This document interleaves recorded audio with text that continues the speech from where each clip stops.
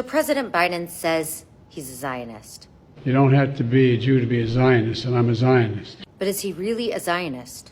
Let's unpack this. The revelations that we've been hearing from what went down between Biden and Bibi before the Rafa invasion are horrific. But this isn't entirely shocking based on Biden's track record. Here's what happened. President Biden and Secretary of State Antony Blinken threatened Israel at its most vulnerable moment. Reports have now revealed that Biden warned Prime Minister Netanyahu not to enter Rafah. Did he also study the maps? He claimed, without evidence, that 20,000 people would be killed. Where did he get that number?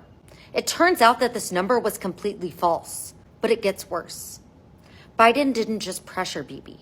He outright threatened to cut off weapons to Israel that they desperately needed to defend themselves, and he actually did stop sending some of the weapons that they needed. Just think about this. America's closest ally in the Middle East is fighting for its survival, and Biden is using military aid as leverage to dictate how Israel fights its war on terror. Now, there were significant consequences to this. This pressure from Biden delayed Israel's entry into Rafah, where Sinwar, the architect of the October 7th massacre, was hiding. It also delayed the chance to rescue hostages, including 7 Americans. 7 Americans held captive there. And Biden says, don't go in. Every minute of delay, because of this pressure, cost lives and also allowed the terrorists to regroup. In response to these threats, Netanyahu told Biden in no uncertain terms that Israel would defend itself, even if it meant fighting with their bare hands and nails. This is not the first time that Joe Biden has tried to bully an Israeli prime minister.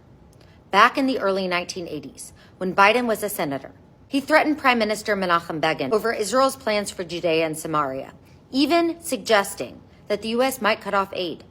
And do you know how Begin responded? He said, I am not a Jew with trembling knees. I am a proud Jew with 3,700 years of civilized history.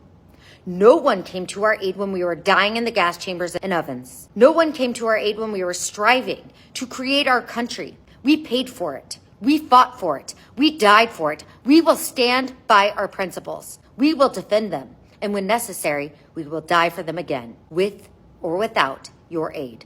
Those words ring just as true today. Israel's survival is not up for negotiation, not under Begin and not under Bibi, not then, not now, and not ever.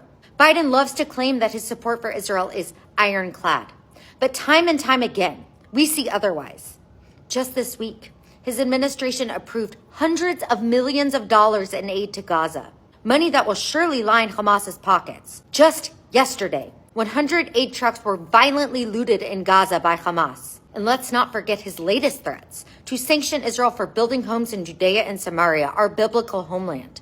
Why does Biden think that he has the right to tell Jews in Israel where they can and cannot live? As Ambassador Friedman said, that is like Israel telling American builders that they can't build homes in California. It is absolutely preposterous. Biden calls himself a Zionist, but a real Zionist wouldn't tie Israel's hands while threatening to cut off their weapons. A real Zionist wouldn't stand by as 7 Americans remain hostage in Gaza. Biden's words mean nothing when his actions consistently undermine Israel's safety and sovereignty. Now, I know it's easy to forget, but guys, Joe Biden is still the president of the United States of America, and he will be for 2 more months. Every decision he makes now has life or death consequences for Israel and for the Americans. His betrayal of Israel is not just political, it is personal. We heard every empty statement of support, followed by every threat. Should we expect more parting gifts to our enemies like his former boss Barack Obama gave on his last day in office when he released $221 million to the Palestinian Authority? We are watching, and we will not forget this.